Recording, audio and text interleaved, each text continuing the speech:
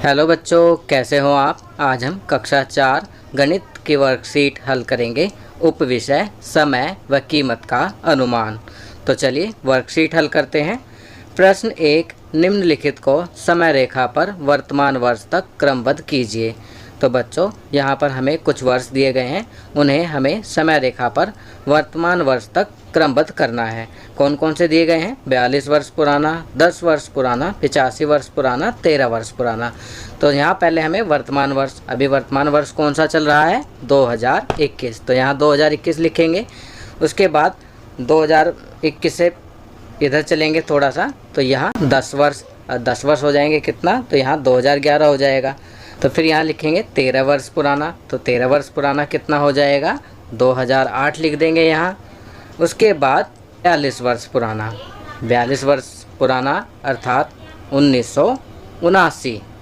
फिर सबसे पुराना जो है 85 वर्ष पुराना, तो वो इधर लिखेंगे, तो ये हो जाएगा वर्ष 1936। तो यहाँ हमने इन सभी वर्षों को समय रेखा पर दिखा दिया है। चलिए आगे बढ़ते हैं। प्रश्न 2, निम्नलिखित में से कौन सा जोड़ 100 रुपये की राशि के लिए सही अनुमान नहीं हो सकता? तो यहाँ हमें ये ध्यान रखना है कि कौन सा जोड़ 100 रुपये की राशि के लिए सही अनुमान नहीं हो सकता, अर्थात कौन सी ऐसी संख्या का जोड़ है जो 100 रुपये की राशि के आसपास का नहीं होगा। तो यहाँ पर सही विकल्प होगा पहला, क्योंकि पहले और विकल्प को जोड़ेंगे तो 23 जमा 63 होगा 80, जो कि 100 रुपये के आसपास नहीं है। बाकी के विकल्प जो हैं उनका जोड़ 100 रुपये के आसपास होगा। चलिए तीसरा प्रश्न करते हैं। तालिका देखकर बताइए कि कौन सी सबसे सस्ती सवारी है। यहाँ पर क्रम संख्या दी गई है तालिका में, नाव, मूल्य प्रति व्यक्ति और अवधि दी गई है। तो आपको देखकर पता लगाना है कि कौन सी सबसे सस्ती सवारी है।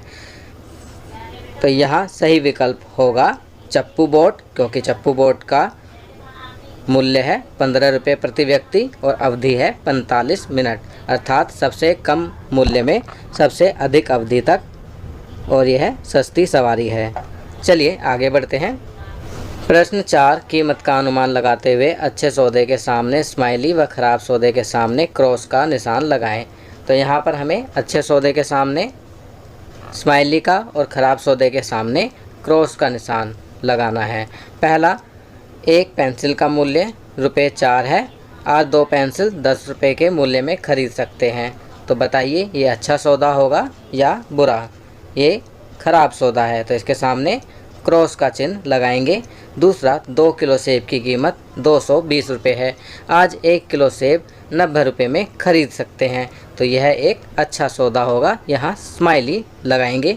तीसरा, एक बिस्कुट के पैकेट की कीमत 18 रुपये है, आज 2 बिस्कुट के पैकेट 30 रुपये में ख़रीद सकते हैं। तो ये भी एक अच्छा सौदा होगा, यहाँ स्माइली लगाएंगे। चौथा, एक कॉपी की कीमत 32 रुपये है, आज 2 कॉपियाँ 70 रुपये में ख़रीद सकते हैं।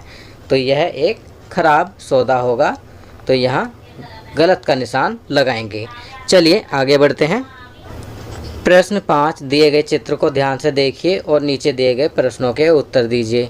तो बच्चों यहाँ आपको चित्र को ध्यान से देखना है और उसके बाद पूछे गए प्रश्नों के उत्तर लिखने हैं। पहला प्रश्न है, कितना डीजल भरवाया गया? आप चित्र में देख सकते हैं, तो यहाँ लिखेंगे 100 लीटर।